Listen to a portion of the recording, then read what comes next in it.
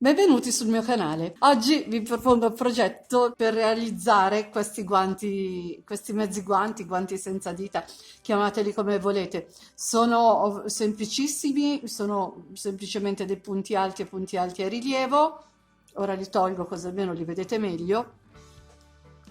Praticamente ho iniziato dal polsino, ho fatto un po' di giri di punti alti a rilievo davanti e dietro, dopodiché ho realizzato il palmo della mano, ho lasciato il buco per il dito, ho proseguito per il resto che mancava del palmo della mano e ho realizzato ancora punti a rilievo davanti e dietro per finire e andare fino a coprire la prima falange.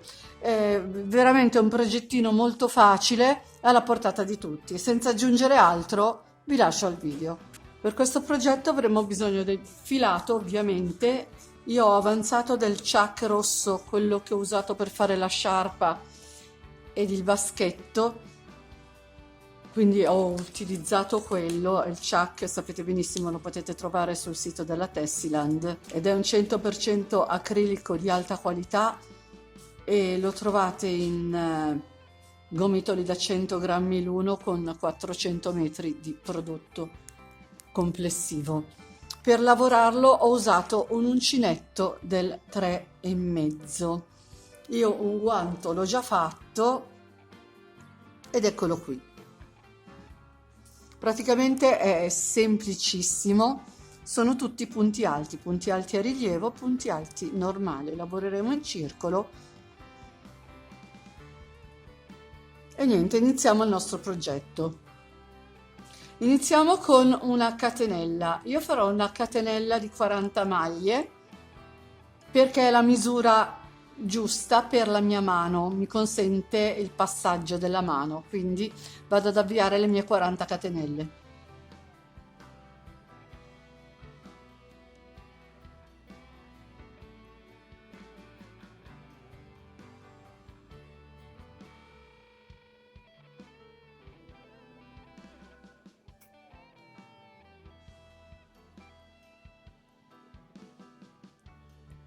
Una volta fatte le 40 catenelle, metto tutte le mie catenelle al diritto e vado a chiudere nella prima che ho fatto con un punto bassissimo.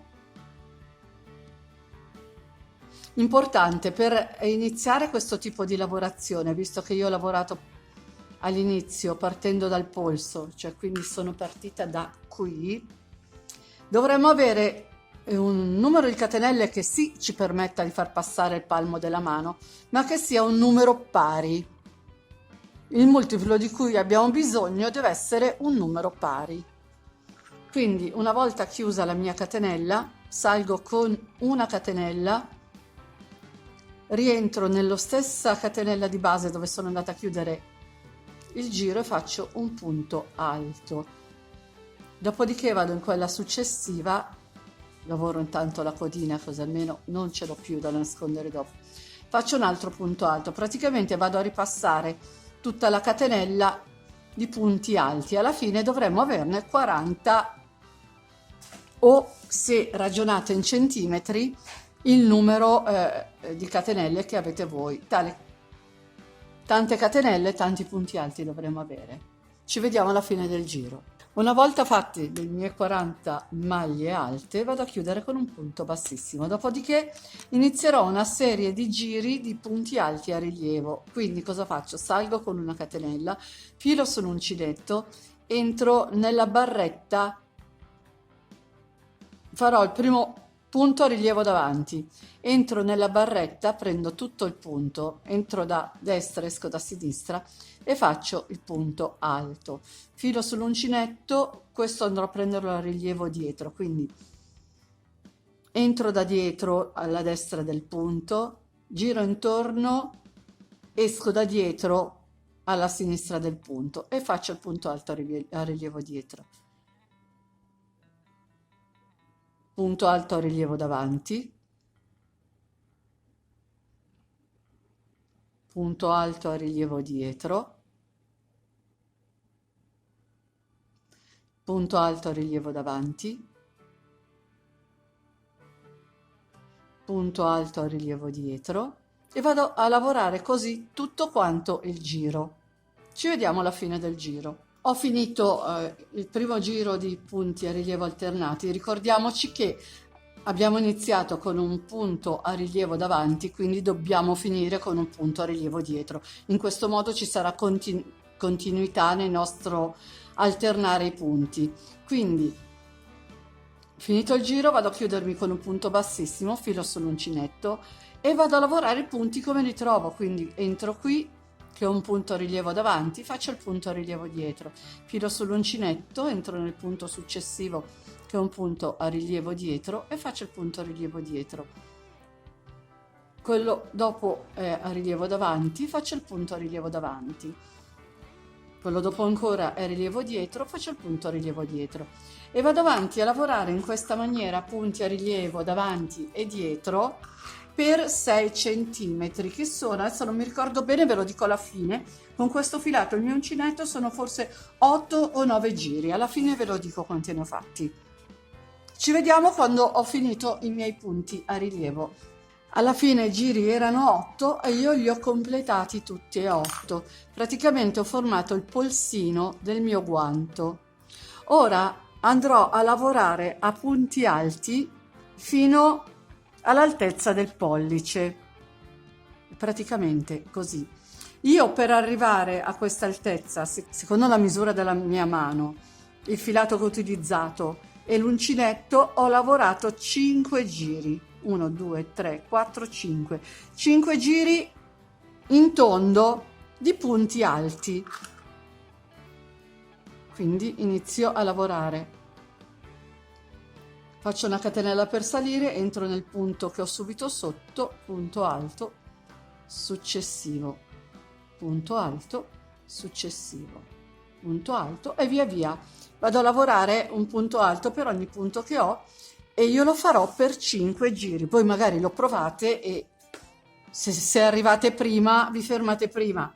Se invece vi serve di più, ne fate di più. Ci vediamo quando ho finito 5 giri. Una volta fatti i miei 5 giri di punto alto, nel mio caso 5 giri, nel vostro caso appunto quanto basta per arrivare alla nocca del pollice,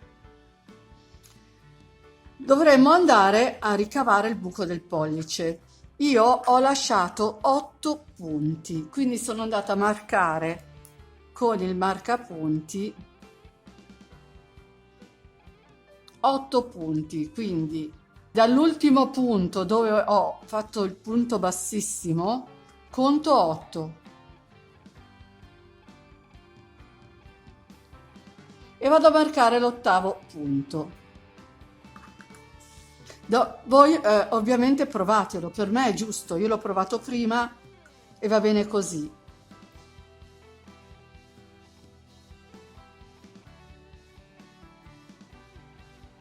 Quindi cosa faccio? Riparto con la catenella, il punto alto nello stesso punto e vado a lavorare a punto alto fino l'8º non lo lavoro, questo non lo lavoro, fino al punto prima del marcapunti. Ci vediamo quando ho completato i miei 32 punti a questo punto, anziché 40. Ho lavorato il mio 32esimo punto, ora dovremo andare a ricavare lo spazio per il dito, sì, però dobbiamo rimpicciolire perché poi la mano appunto dopo il palmo si rimpicciolisce. Allora cosa facciamo? Arrivato a questo punto, il marcapunti non mi serve più, lo tolgo. Lavoro 4 catenelle.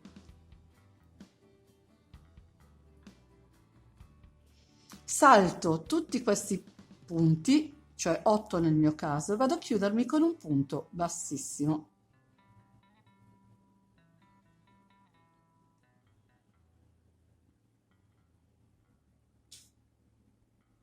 Dopodiché ricomincio a lavorare a punti alti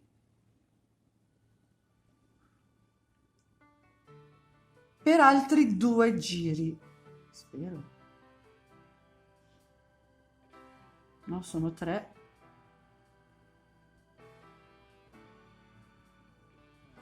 Per altri 3 giri. Quindi vado a lavorare punto su punto i miei 32 punti.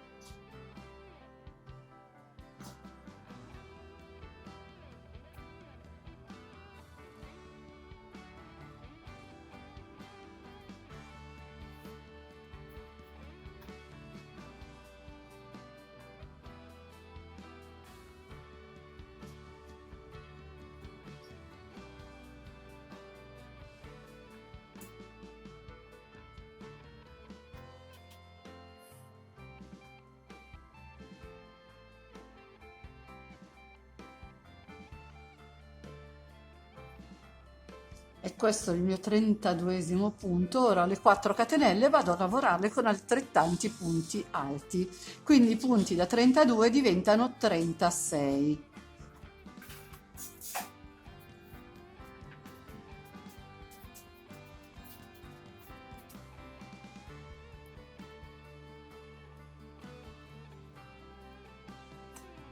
Finito il giro vado a chiudere con un punto bassissimo. Ora io andrò avanti a lavorare altri 2 giri. Dopodiché andrò ancora a fare dei giri di punto a rilievo. Il problema che si pone è sempre lo stesso, abbiamo bisogno di un numero pari di punti, quindi se voi qui avete un numero dispari di punti non farete altro che, una volta arrivati all'ultimo giro, fare una diminuzione e dopodiché i punti saranno dispari. Vado a lavorare per altri 2 giri, poi dopo ci vediamo quando dovremo fare i punti a rilievo alternati. Una volta fatti i miei 3 giri di punto alto, vado a rifinire con appunto dei giri di punti alti alternati, perché voglio che il mio guanto mi arrivi a coprire almeno la prima falange.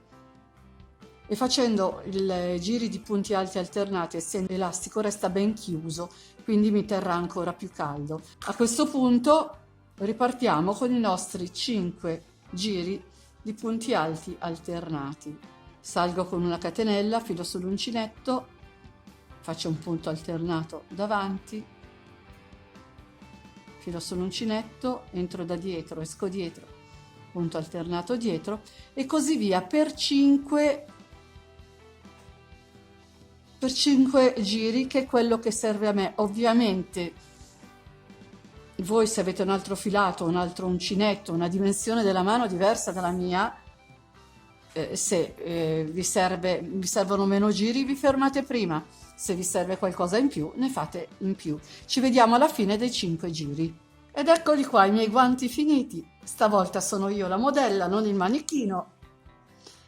E sono carinissimi, semplici, ma molto carini. È proprio un progetto alla portata di tutti, è un progetto last minute per un regalo handmade natalizio.